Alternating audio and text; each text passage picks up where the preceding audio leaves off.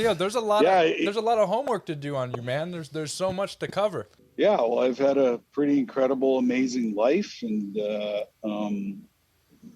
obviously, we have a saying in 12-step where whatever you get, you got to give it away, right? Right. And so I've been very blessed with lots of challenges and lots of addiction issues, and today is 6,068 consecutive days of sobriety, and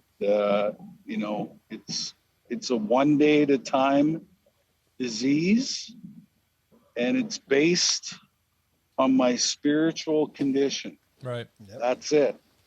You have to find something greater than yourself, because if you don't, it's a revolving door of relapse and more pain and more suffering and more anger and more resentment, and you name it. It's just a miserable existence.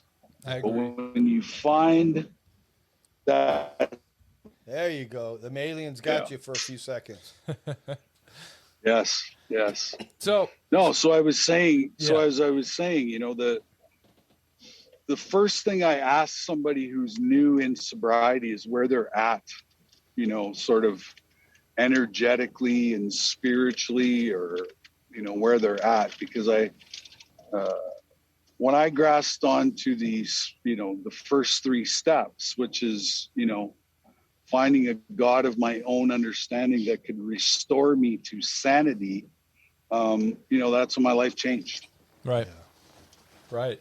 And so one of the first jumping off points I wanted to get to, it's an amazing thing how you went from a legendary hockey career, and you've earned accolades that few humans are ever going to earn in their lifetime, right? And it seems now, Yep. other than the campaigning, your life mission is more of changing or getting rid of the stigma around addiction, trauma, mental health. Is that a fair assessment? Yeah, absolutely. And how did you make that shift? And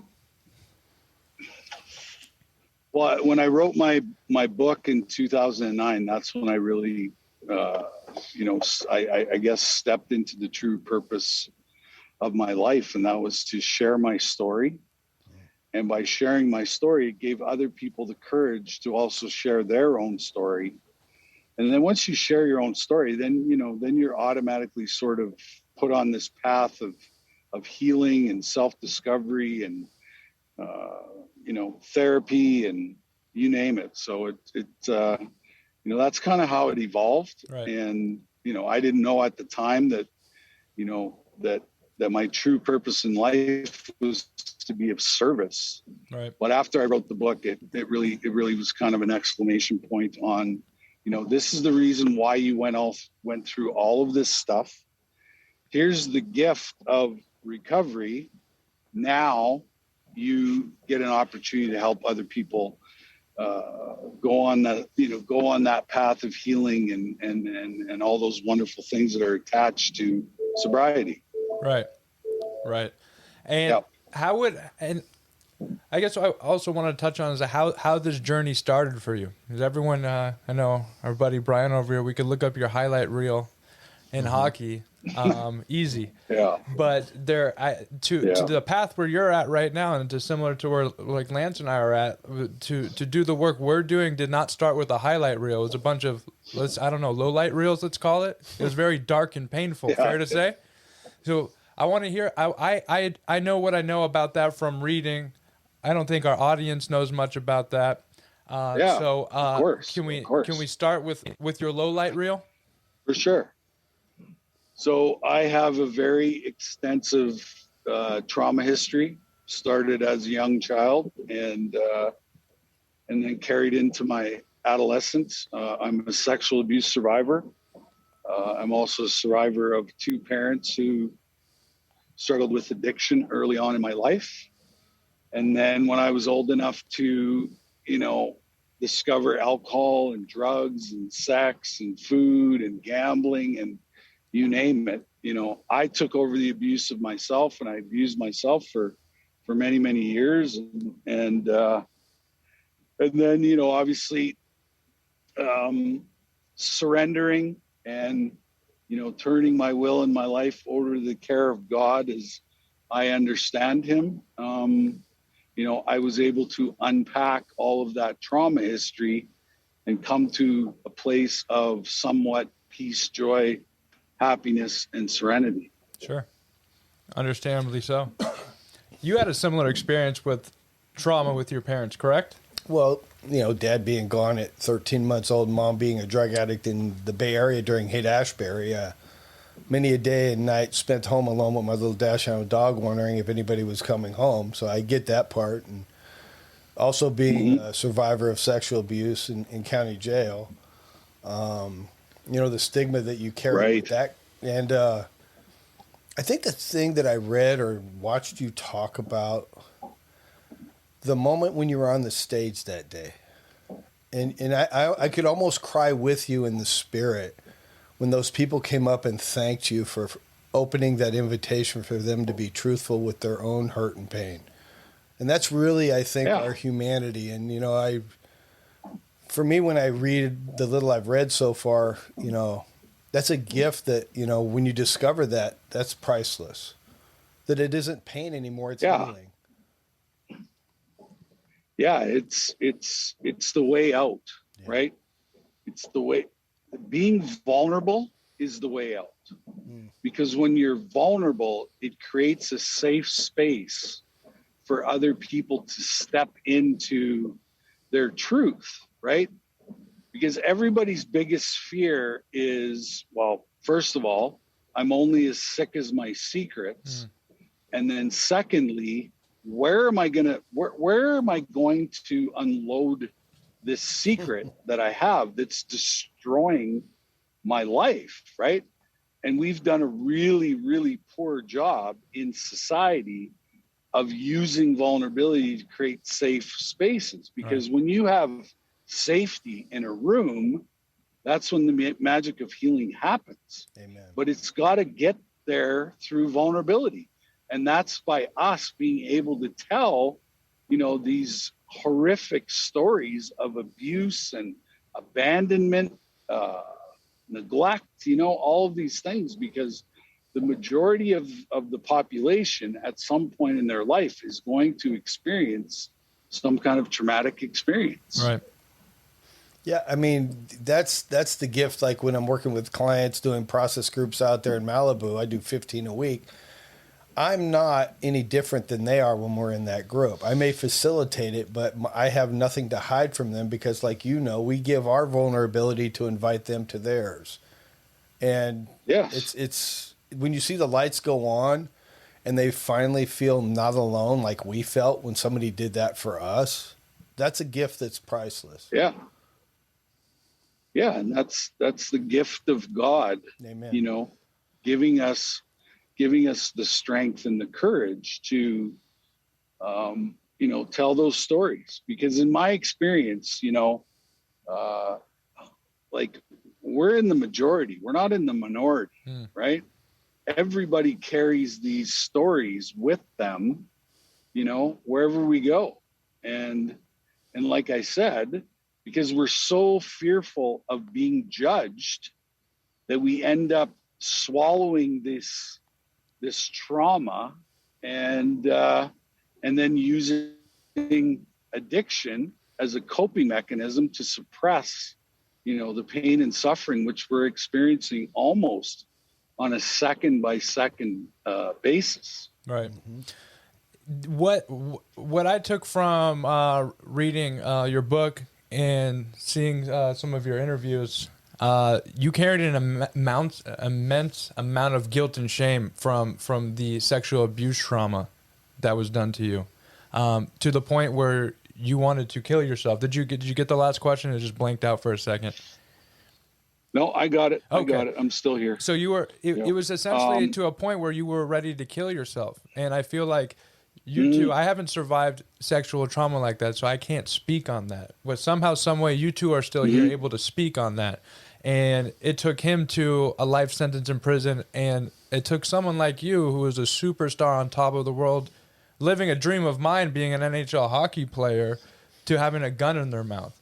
So it's such a deep thing. How can you, even that's such a deep level of guilt and shame, yet you found a way to get rid of it. I think there's also lower levels of guilt and shame. Can we talk about your process of ridding yourself of the guilt and shame, and that experience of being near death right there at your own hands? Yeah. Well, I look back at my, failed suicide attempt as a process that needed to happen, right? Amen. Because I had two choices that day. Was I going to die or was I going to live? Well, when I didn't pull the trigger and realized that I actually wanted to live and had no idea how to live life on life's terms, I had to change absolutely every single thing about my life. Right. And so I had the will to live, right? But I didn't know how to live. I only know how to cope, because I had all this emotional pain and suffering, in my history that I just couldn't get my head around, or I couldn't get honest. I couldn't get open. I couldn't get willing. And that's, like I said earlier in the conversation, that's when I had to reach out and find this higher power with which they were talking about in these meetings that I was going to. Right. Shit. There was one thing that stood out to me in your book. It said, underneath anger is sadness. If you're not happy, what you project is anger. And essentially it's like anger says, leave me the fuck alone. Right. And a lot of your anger is what made you a lot of money in hockey. So the point is, a lot of people carry their anger as a survival and coping mechanism. And I feel like if I'm trying to help someone and they're hard-headed, it almost falls on deaf ears, even though that they're suffering, because that's their way of surviving. And so to look at someone like you, who was hard-headed, made millions of dollars, had the world at his fingertips, it's quite a remarkable thing, because underneath that anger, correct me if I'm wrong, is immense pain. How can we get through to these people? It's just tough, because you get through to a lot of people. You're talking about intervening with ex-murderers. Well, I don't know, murderers. I don't know if you're an ex-murderer. I don't know how that works. We just did a podcast with a gentleman I'm friends with. It's one of the co-founders of the second largest Crip gang in LA. Right. And he's doing a lot of, I don't want to call it intervention work, conversation work and thinking work with gang members to try to shift the perception from destroying themselves to building themselves up and creating a new dynamic. And he's bringing me in because, I did this work forever and I did half of my life in prison. But it really is because people like us can be honest with them and not worry what they think. And that opens a path for a different conversation. Right. Like you were talking. For sure. I remember doing my fifth step, and my father issues at daddy not being there as a kid was a huge, huge piece of my anger growing up. I felt abandoned, unloved. You know the story. And my sponsor, after I got done venting and screaming on a prison yard like a wild child, he looked at me and he just asked me, he goes, can I ask you a couple questions? And I was like, well, that's strange, but sure. And he goes, do you know that your dad didn't love you? Damn. No. Do you know why he left? No. So you created a story as a little boy to understand something you couldn't possibly understand, and that anger led you to living a life of chaos and hurting other people. I felt so, I don't know, quite that feeling of utter sadness for the life I led, and being free from that prison inside, because you may not have made it to prison with a life sentence, but you lived a life sentence inside your soul. And what was that like? Absolutely. Because you're like this hockey god, you know what I mean? You're a beast on the ice, and everybody's seeing you doing this, but within, there's a huge prison. It's like you had Shawshank Redemption inside and you had Hollywood on the outside. That's a pretty good way to put it. Yeah. And Yeah, exactly. Well, I probably went to the best anger management class in the world, which was called the NHL, right? and Right. and like I could go out and beat the shit out of somebody, and when I went over to the penalty box, there wasn't an officer there with a set of handcuffs Right. to charge me with assault. But basically, that's what we were doing. Like we have sticks that are like weapons, right? They're like weapons. Yeah. And we were beating the crap out of each other. And you sit in the box for 5 minutes or 10 minutes or whatever it is, and then you get to go back out and do it all over again, right? But when I was able to tap into that sad little boy who had nobody to look after him and nobody to take care of him, and he was always alone. Once I was able to tap into that inner child piece and start to cry, I started to heal that anger piece, right? Yeah. Because you can also be addicted to anger just because of the neurochemistry that anger brings, to your body. Like that's adrenaline, that's cortisol, like there's a whole bunch of crazy chemicals that are going on in your body when you step into anger, and then if you got even the next level, which is rage, you can actually black out in rage, because that chemical hit of rage can actually shut down your brain, and you can actually black out in rage, and so you don't even know what you're doing. And so that's the next level of anger. Yeah. With that anger, obviously back to, I like how you said the Shawshank inside and the Hollywood outside. With that amount of anger, I know at points I'm sure hockey was your happy place, but was hockey actually truly your happy place with that amount of anger within you from what happened? Because what happened to you was insane. The amount of times that you were raped by someone who was supposed to look out for you and watch over you, and that amount of betrayal, that's an insane thing. I could not imagine having rage. a figure like that do that, but then also being that talented and then living a dream. Like, what a major conflict right there. Was hockey actually your happy place, or was it a facade of a happy place?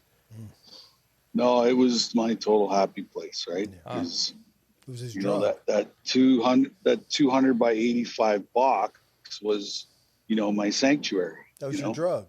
And it didn't matter. It didn't matter what was going on off the ice.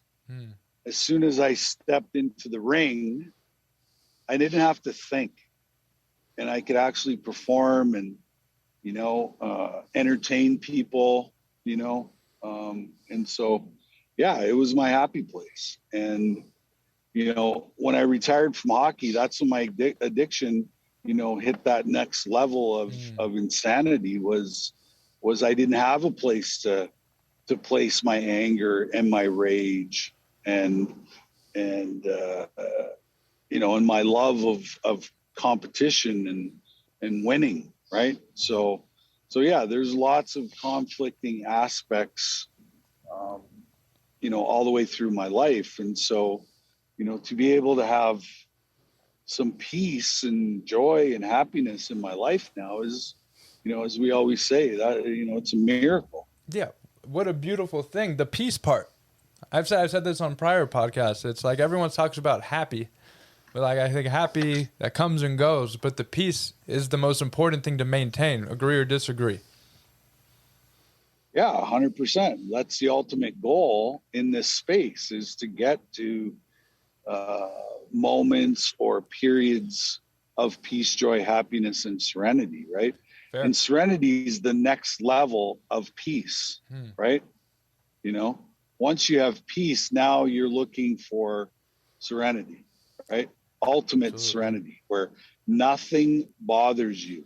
You are very comfortable in your own skin, and life is, moment to moment, one day at a time, and you're very content. There's no more chaos.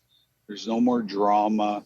It's just, you know, the old woo-saw, The woo-saw, you know, right. 24/7. Yeah. 24/7, right? And it's probably I agree with that, and I've come to similar conclusions only after going through deep amounts of pain. So thank God for the pain to be able to come to that conclusion, right? Yeah, well, and pain has always been the greatest motivator for change, Correct. right? Yeah. You know, and it tells you that, you know, there's something not right in your life and you need to change, right? It's a check engine But a light. lot of people are afraid. A lot of people are afraid of change. Yeah. For right? sure. Of You know? course. What am I going to be like if I don't have alcohol and drugs and food and women? Like, what is my life going to be like? Is it going to be boring? Is it going to be scary? Am I going to be able to cope without, you know, the use of those things? For sure. Will I be able to think? Will I be able to think about one thought at a time? Right? How about for you though? Because you were I'm active. What's it called? A functional addict alcoholic through your playing days. But what you just said is once your playing days were over, it became worse. So there was a huge identity. Talk about change. It was like forced change. So based off what you said, but it wasn't about identity. It was about routine. Okay. My routine changed. Got it. I didn't have my life planned out for me, right? When Sure. you're a part of a National Hockey League team, your life is planned out moment to moment, right? When to eat, when to sleep, when to show up at the rink, when to practice, when the games were. Everything was routine. And when you leave the game, that routine's gone and you're left to your own, left to running your own life. And you're like, well, I've never run my life, right? I've always been told what to do, what to eat, what time to get up, when to show up, right? All of these things. And so yeah, I was like totally freaked out that I had all of this idle time on my hands. And when you're an addict or an alcoholic, idle time is not a good place to be, right? It's absolutely terrible, yeah. And so the art of sobriety is finding a new routine, you know, that keeps you sober, stable, happy, peaceful, joyous, right? Correct. That's what it's about. So you got to replace the alcohol with something else. Yeah. And in 12 step, what is that thing we talk about? We talk about service. Right? And if you dedicate your life to service, you're never going to have to go back and drink. Amen. I agree with that. You know, because you're going to be too busy helping other people. And when you're helping other people, guess what happens? You're not in your head. That's true. Yeah. That's the and when truth. when we're inside of our own heads, that's the worst place we can be. Absolutely. So in order to get out of our head and get into our heart, that's service. When we do service, we're in our heart. We're not in our heads. It's actually one of the best places to be because our heads, what's the common saying? Our best ideas put us in our worst positions, right? So yeah. Exactly. Yeah. So all those great. Because we're insane. Yeah. We are insane. We are insane. And that's the absolute right? truth. It's constructive insanity, though, in sobriety. Our good absolutely. Our good friend Brian. Well, that's what I always. Our good friend Brian and producer. He's off camera right now. He's got a question.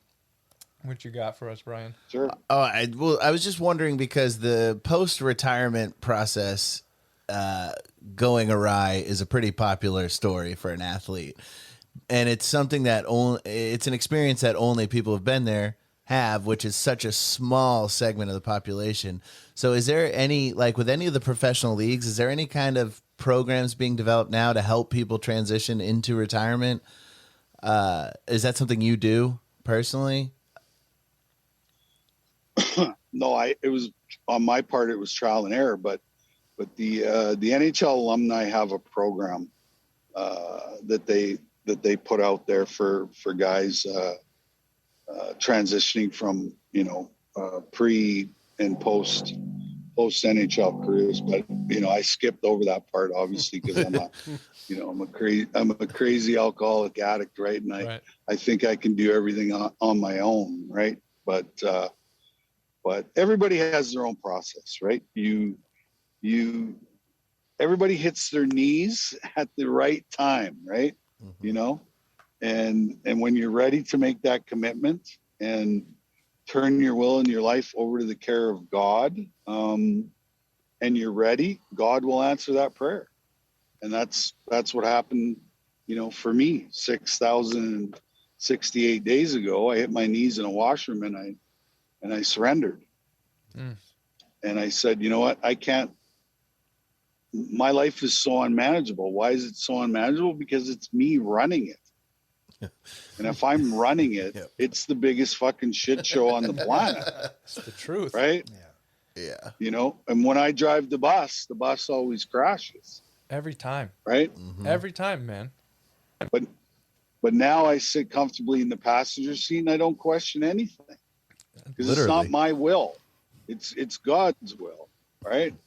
And when it's God's will, life is so much easier, so much better, so much happier, a lot less angry, a lot less resentful.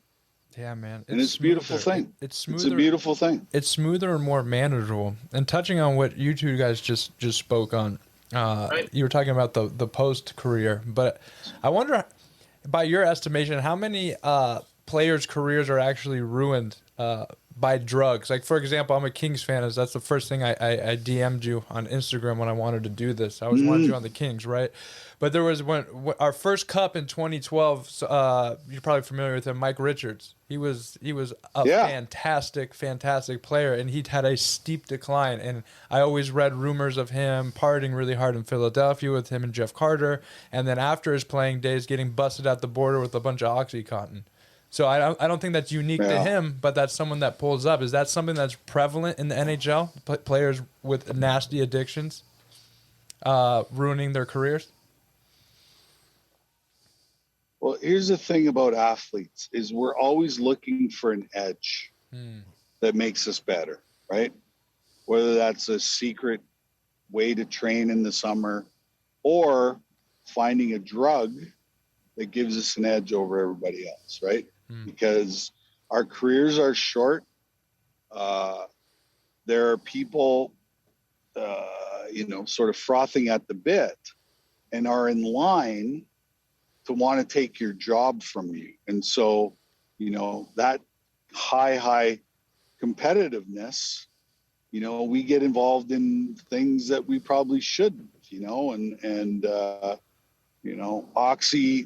OxyContin is one of the, most evil drugs on the planet. Of course.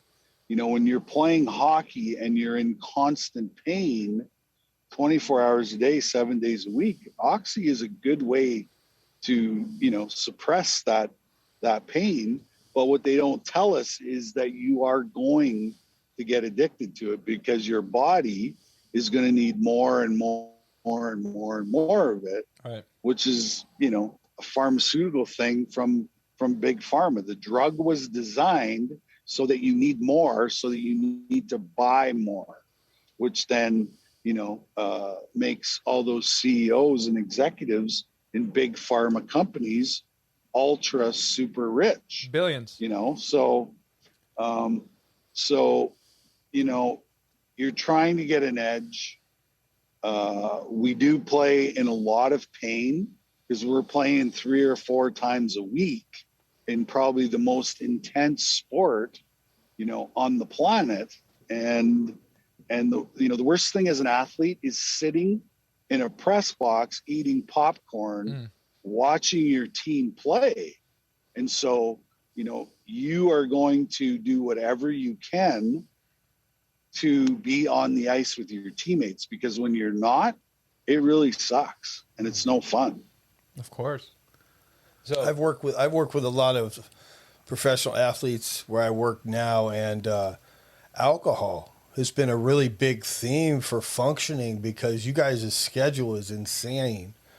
And, they by the time you get back to the room, it takes time to unwind from that level of intensity. So you got to have a few drinks to knock you out so you can get up at 10 in the morning and be at the press conference and whatever else to run through. And it's like alcohol. Yep. And there's so many stringent rules out there about drugs and professional sports and stuff that alcohol has been a real bad one for people. What's your on that? Oh, and you got to remember that, we are taking copious amount of uppers, during the game, whether that's Sudafed or, GNC stuff like Guarana and, Mahung and all these uppers, because you cannot play an 80-game schedule and not be on something because you have to perform at your highest level. And when you're a superstar, it's expected. And so if you're out there in warm up and you're going, where the fuck are my legs tonight?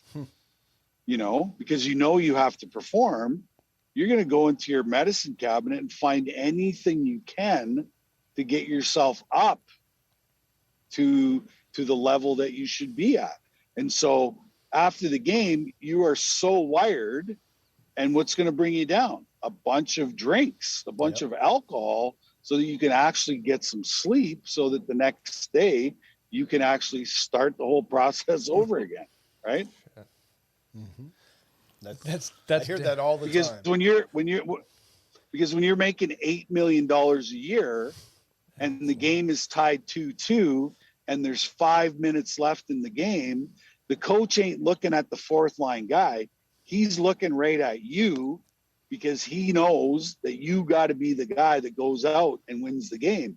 And if you're sitting on the bench and your legs are gone and shot, you're not going to be in that place for very long. Yeah.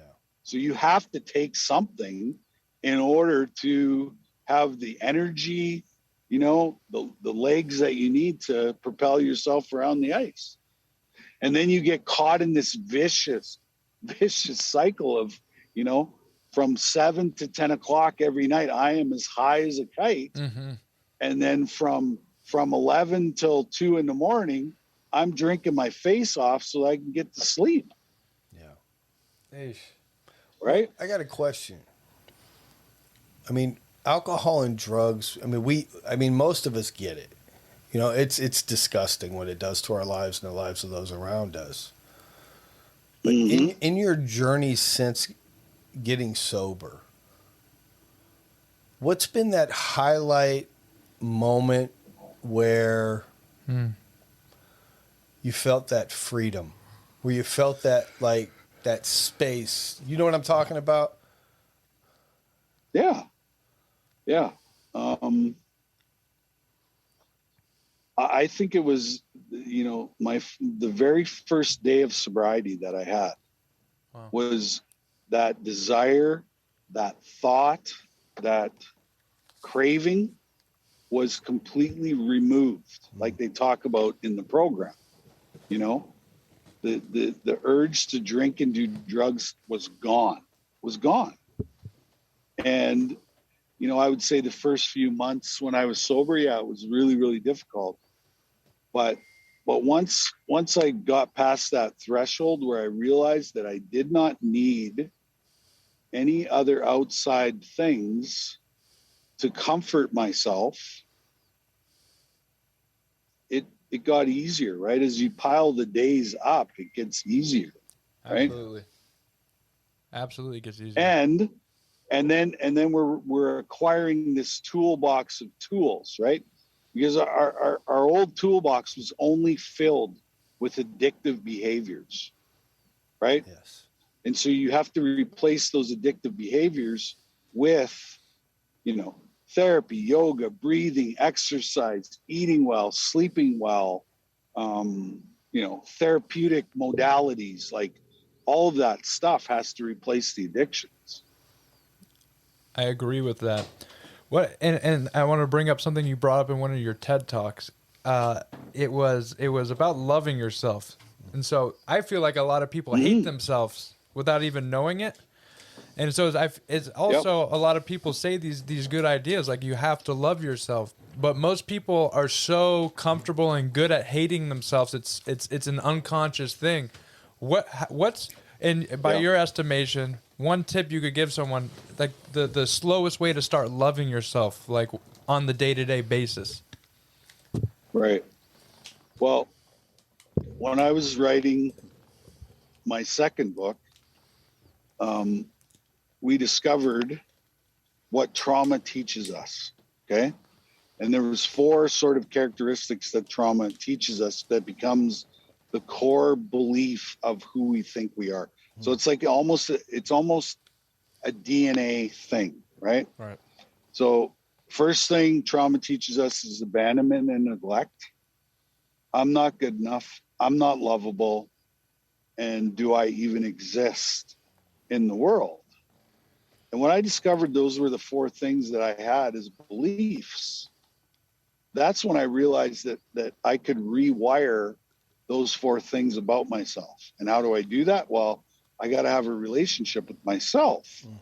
So I got to stop abusing myself, stop talking to myself in a negative way, and change the language in my head. And by changing the language in my head, guess what happened? It started to change my neurochemistry in my brain, started creating new neural pathways and new ways of thinking, right? So that I did, I didn't feel abandoned and alone all the time. I allowed trust to come back into my life where I could trust other people so that they could help me and call me out on my bullshit, right? And then it was just changing my lifestyle: food, sleep, exercise, going to meetings, going to therapy, all of these things became part of my new routine that I used, right? Conscious contact with God every day, right? Right. When I'm freaking out, say the serenity prayer, say the 3rd step prayer, say the 7-step prayer, whatever it is that gets you out of your head and back into connection with the source, because it's the source that's going to keep you sober. The source is going to keep you sane in your head. And there are going to be times when, when the hamster jumps on the hamster wheel, and he's going to start spinning that wheel, and you need to be able to come in and with love and compassion and empathy for yourself and get yourself out of that, that stinking thinking or that insanity of thinking. I agree with that. I agree with that, especially addicts and alcoholics. But I look at us as being able to help all humans, right? So it's not just addicts and alcoholics. Yeah. I believe all people suffer on some level, and I constantly say that. One thing, for sure, coupled in with everything you just said, that I'll do little things day to day that are super important in the vein of becoming my own damn best friend. Like thinking of decisions where it's like, hey man, what's future Mason going to thank current Mason for, right? Or what are little agreements I can make with myself day to day that I'll thank myself for? For example, making my damn bed. Apparently that's a very important way to do things. Recently, I was just like, hey man, I feel a little stuck here. I need to challenge myself. Maybe I was watching too many David Goggins videos, but I was like, for the next 30 days, I'm taking cold showers. No matter what, because there's a version of myself when I wake up at 7:30, 7 in the morning that I don't like. He makes a lot of excuses. I need to beat him. So for the last 30 days, I've been taking cold showers, man. But after doing that, I realized I like myself more because I told myself I was going to do something and I did it. Does that make sense? Yeah. It's those small victories and baby steps along the way, that eventually become big things, especially in recovery, right? Exactly. So yeah, and there's no handbook. Everybody's different. Everybody recovers different. Everybody does different things, which keeps them safe and somewhat content, right? So, but the bottom line is you got to do something don't do nothing, because by doing nothing, you're closer to a relapse, you're closer to insanity, you know, all those things. And so, you know, whatever it is, just do something, anything for your recovery. Yeah. And it's baby steps. It's small victories. It must be. I think a lot of people lose sight of that. They look at this big picture, or they see the end result for a lot of people. Like, oh, that guy's been sober for X amount of time, and they can't fathom being sober for 24 hours, right? And so it is those baby steps that build up everything. Yeah, because what do they say? If you think about the past, that's depression. Mm. If you think about the future, that's anxiety. And correct. So, you know, that's why we say one day at a time, because one day is more manageable than your past lives or your future lives. Yeah. Right. They also don't exist. And at the end, yeah, exactly. Because there's a bigger plan for us. And the only time the plan goes sideways is when we step in and take back control. Right. You know, from God, and then God eventually puts us in our place, which is usually involves some sort of pain and suffering, are the consequences of us, you know, taking back our control, right? I agree. And one of the more final things, I know we're pressed on time, you're out there campaigning, but it's something that stuck out to me is you said 95% of being an elite athlete, not just an athlete, an elite athlete is mental. So you are an elite athlete. So that elite athlete mentality, do you apply that to your life and your sobriety? Is that because that has to be a skill that you develop being an elite athlete? Excuse me. Have you transferred that to your life? That same mentality? Yeah. You know, the biggest epidemic on the planet is not COVID-19. It's mental illness, mental health challenges, right? That's the biggest epidemic on the planet. And if you experience some sort of mental illness or mental health challenges, you're in the majority. You're not in the minority. Right. Right.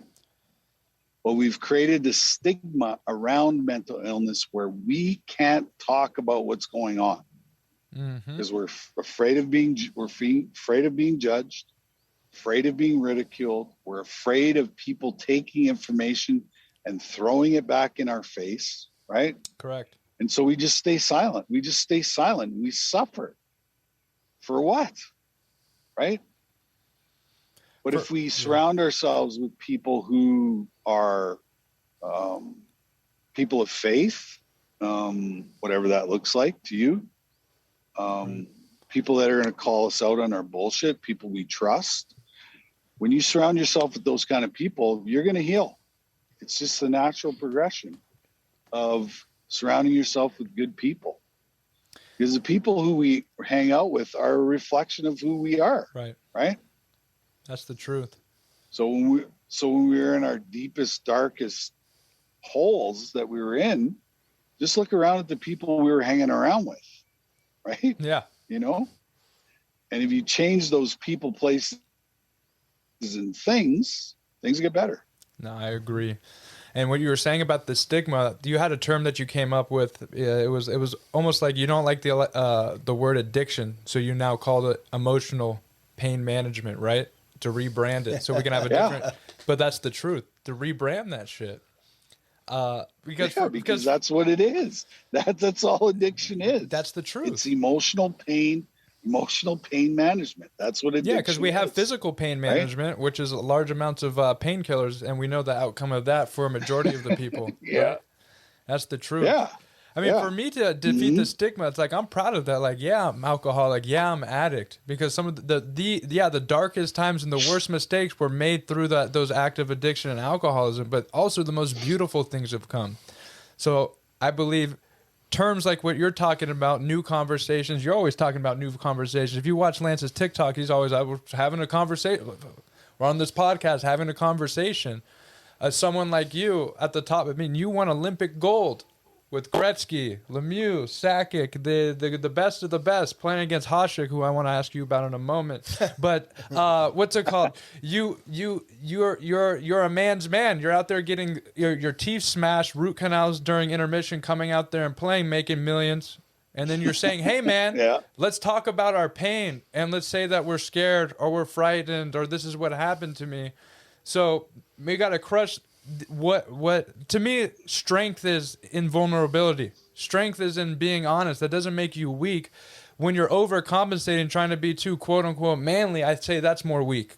And I don't care what someone's opinion of that is. It's just like, what, you're going to put me in a chokehold because you got bigger muscles? What are we talking about? It's like, what are you hiding? Right. Right.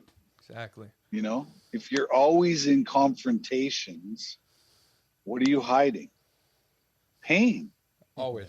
Did you ever say that to Ty Right? Domi in the middle of a fight? I used to always ask Ty where his pail was. and he'd look at me, pail? I go, yeah. So you can carry the puck around in it. Because you could. That's a beautiful thing. And the thing is that Ty Domi was never on the ice when I was on the ice. I wanted him on the ice. Yeah. When I was on the ice, right? Right. So, but he was never out there. So what does that tell you?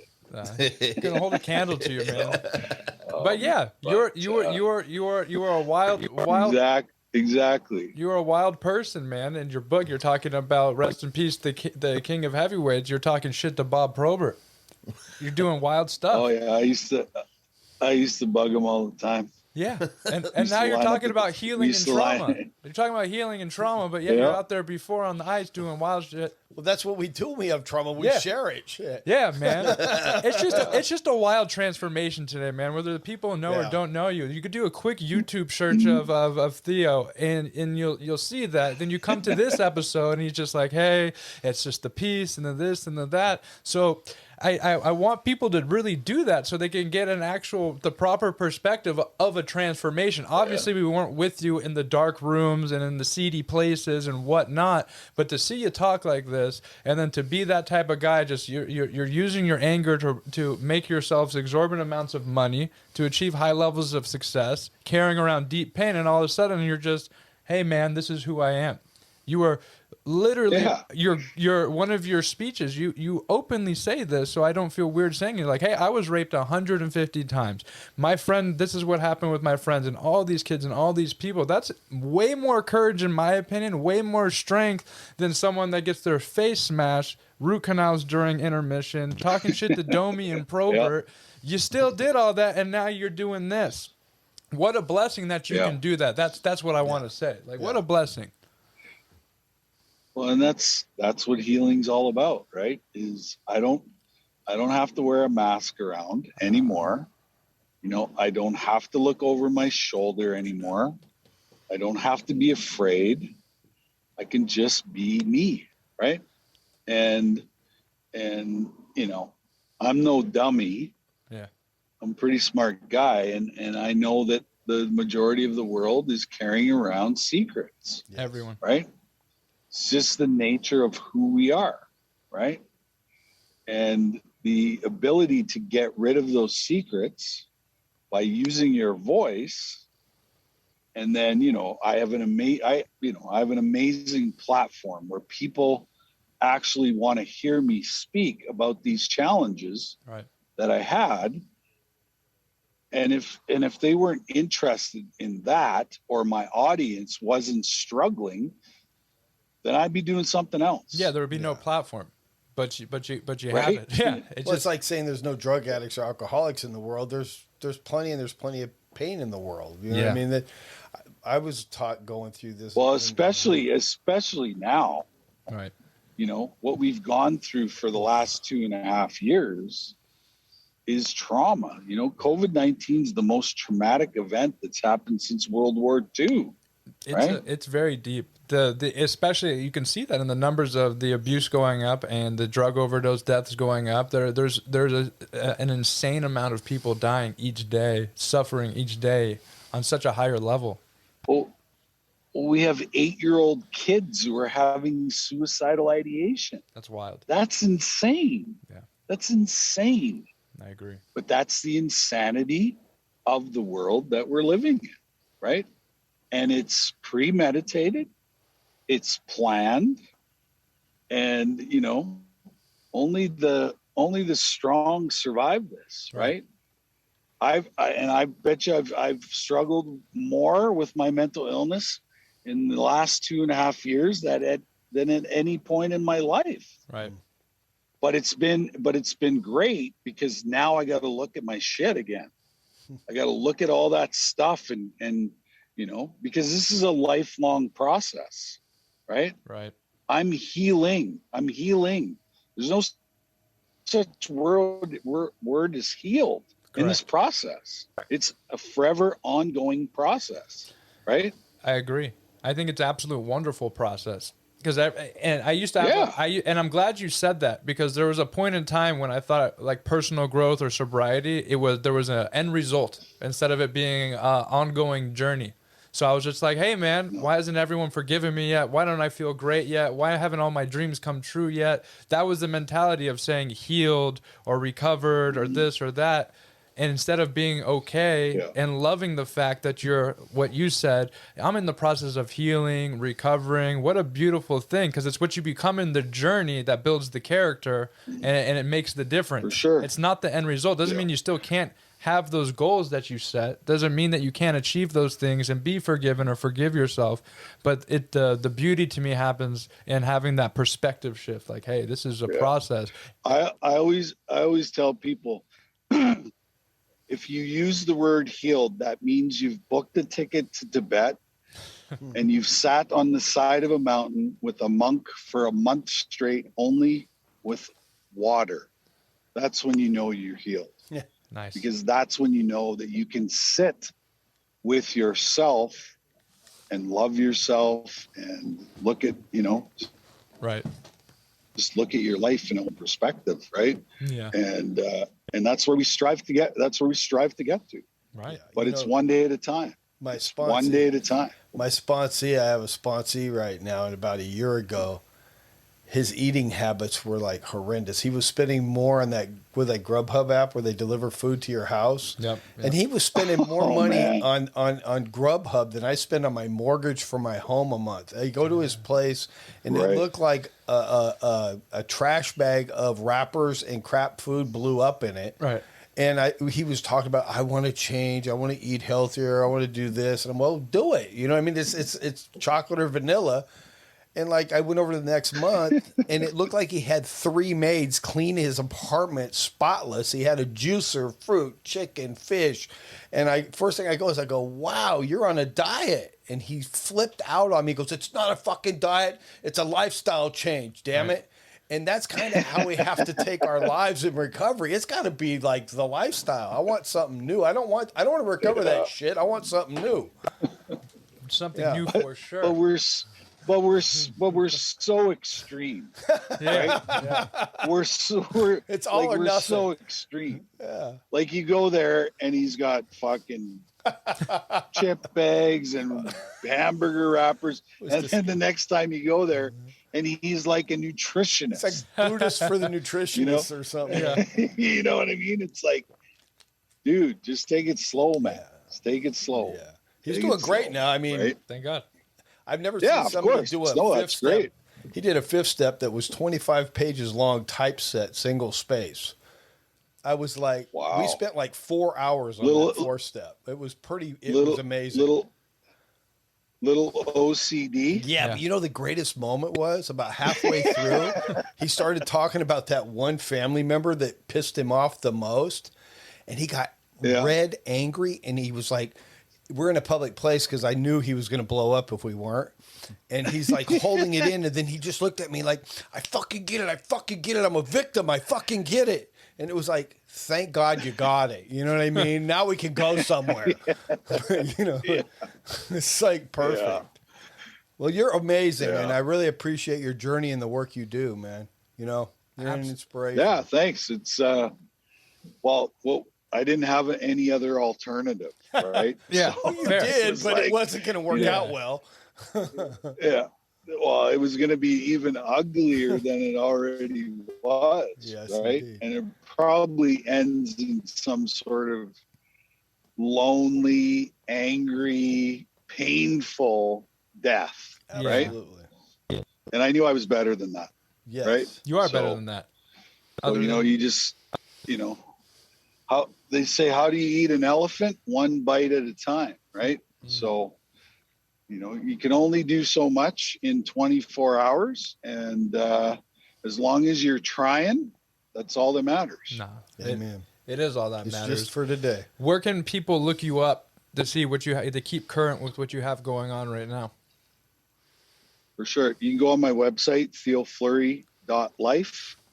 And I'm on 4 social media platforms. I'm on Twitter at TheoFleury14. Also on Instagram, same handle, TheoFleury14. I'm on Facebook and I'm on LinkedIn as well. So LinkedIn. podcasts. If you have nobody, reach out on social media. Send me a message and I will get back to you within the hour. It's Guaranteed. true. You did that to me, man. I was like, dang, because I was just like, man, I want to talk to this man. And I was just like, oh, the answer. Let's get this done. We're getting this done, man. And in closing, I just have to know something. Dominic Hasek, my all-time favorite player. See the best goalie of all time? Yeah. Yeah? Hockey goalie of all time because he didn't have a style. He had his own style and highly competitive Right. and probably one of the best athletes we've ever had play our sport. He was a joy to watch. When I was shorter, because I would play goalie, I would do the no style thing. Now I'm 6'3", and I was playing goalie. I couldn't really do the no style thing. What an amazing guy. Like I'm more of a Jim Carrey guy myself. Jim Carrey as the Capitals, Jim Carrey? Yeah, just I thought he was like, yeah, okay, here we go. That's a tangent, right? no, he was there. a goalie. Yeah. He was. He was- okay. He had a great rookie. He had a great rookie year, and then couldn't stop a beach ball after that. Ain't that the truth? Greatest current player. Well, I got to figure because I have some of my hockey boys watching this. Is it McDavid? Is it Crosby? Is it Ovechkin? Who is it? Someone I'm not naming. Yeah, I'd have to say McDavid. Yeah. He's just on a different level. He's just on a different level. Yeah, they call him Connor McJesus. And it sucks. Yeah. And the simple fact that probably the 2 greatest players that ever played our game play for the Edmonton Oilers. Right. Kind of sucks because I still hate those guys. So Look, I'm not a fan of them. We got them in the Kings have them in the first round. I this know. year, so it should be good. I watch McDavid play. There's certain players where they just pass the eye test, and I know this because I bring people that have never been to hockey games, and they go, "Who's that guy?" That happened with that used to happen a lot with Pavel Datsyuk, where he was just like a cut above the rest Yep. on the ice, where you're just like, "Who is that guy?" Yeah. And Crosby about 7 years ago, it was like that. But McDavid recently, it was just like, okay, yeah. He's really good at his job. He's good at it. Yeah. So, But to be considered one of the greatest players in the game, you still got to win the 10, right? You still got to win a cup. ain't that the Right? truth? And he hasn't won. He hasn't won that yet. So I guess Crosby and Ovechkin hasn't got won the edge it. on him in that department, to say the least. And unfortunately, because of the insanity in the world, Right. he hasn't been able to play in the Olympics either. I know. And that's actually been upsetting. Right, That was which my is- favorite part of the Olympics, watching everyone play. I remember when you guys took gold from America in 2002. I was very young. You guys broke my heart, but that was some of the best hockey ever. I was about 12 years old watching that, and then I believe you guys did the same thing in 2010 when Crosby scored against Miller. Yeah. But that's how hockey should be displayed, in my opinion, on a national stage. I think the game is a beautiful game, and it's marketed terribly, so not a lot of people get to absorb what's really going on there, and that's about it. When So- women's roller derby, when women's roller derby is more popular than hockey in the United States, it's pretty easy to figure that out, right? Yeah, So, it's just it's a shame. thank God Wayne went to Los Angeles, because if he didn't, we would be in big trouble. Absolutely. Needed to be here, man. We need more stars in Los Angeles. Yeah. Keep screaming that from the mountaintops. no. We need star power here. It's just for the market. I like the Sharks. Yeah, Sharks are trash. But anyway. I loved when we went to LA when Wayne was there. It was a lot of fun. When yeah, because you probably partied and had fun. You probably loved that shit. Oh yeah. There was lots of little starlets running around all over the place. Right. That checks out. Well, Theo, I'll message you on Instagram once this comes out. Thank you for your time. Thank you. It was a pleasure. Anytime, boys. Keep up the good work, and maybe I'll see you guys in LA. Yeah, when you That'd come be out to great. LA, if you like good, good Go to a pasta, meeting.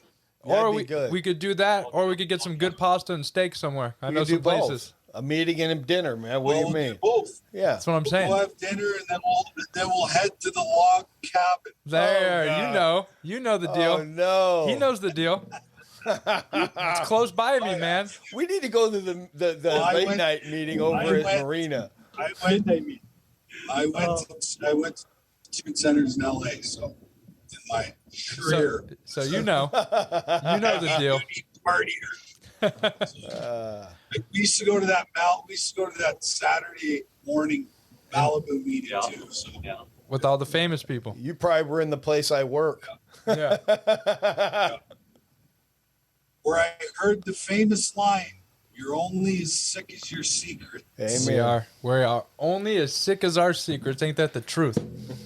Ain't that the Excellent. truth? Yeah. Well, my friends, it was a pleasure talking to you. Have a great rest of your day, and we'll be in touch soon, huh? Definitely. Be blessed. Okay, boys, take it easy. Peace. Peace, All brother. right, God bless. God God bless. bless.